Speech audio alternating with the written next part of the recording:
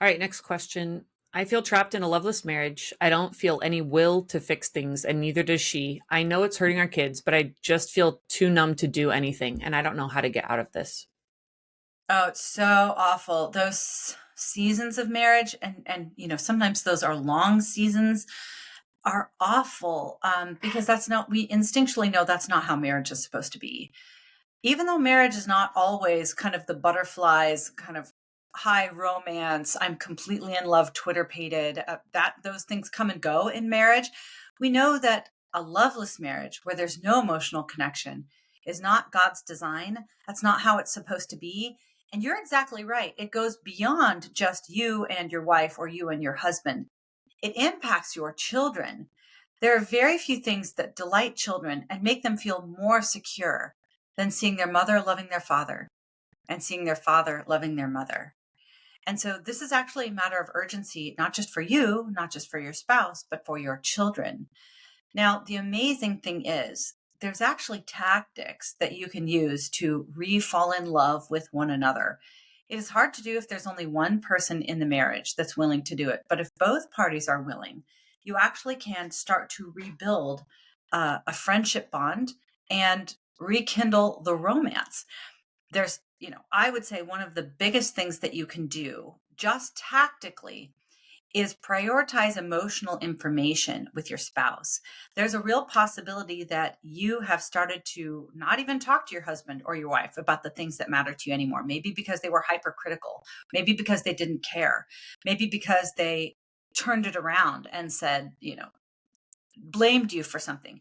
And they conditioned you to believe, I should just talk to my friends about this, or I can just keep this to myself.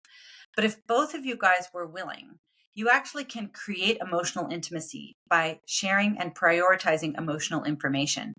The things that you are the most hopeful about, the things you're the most worried about or afraid of, your plans, your dreams, the things that you wish that you had help with, those are actually all emotionally risky to share because they could be weaponized against you or targeted or downgraded as unimportant. But if you actually did prioritize emotional information with your spouse, you could start to rebuild an emotional bond. That's just one thing that I have seen have a very demonstrable effect. And obviously, that emotional information needs to be met with rewards of safety, of um, validation, of saying, I'm going to work shoulder to shoulder so that we can confront that fear or achieve that dream. But those kinds of things, like when you are working shoulder to shoulder towards a joint project, you will create a friendship. Now, what you're going through is really, really challenging, even if you do have good tactics. So what you desperately need are other couples that are emotionally healthy walking along this journey with you.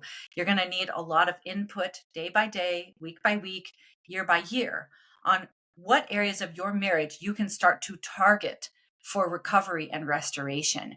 This is not something that you're going to be able to do alone. It has to happen in an embedded community of other people that also have healthy marriages. So I would say, if you don't have a church, go to church, talk to the pastor, say we need help, and then start to be connected to regularly with couples that are doing marriage well that can give you that tailored advice. Yeah, that's so good. And I mean, I only have advice from a sort of an anecdotal or a philosophical standpoint, but I do think too, I just know in my own life when I have difficulty in a relationship with someone, at the end of the day, I can only control myself.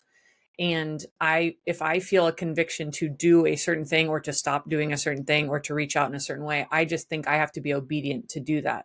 And I imagine when you've had years of hurt or different things, you feel so disconnected, it's so hard to feel like you're going to be the one who tries to keep doing what's right, even when maybe it's not reciprocated or they don't respond in the way that they should.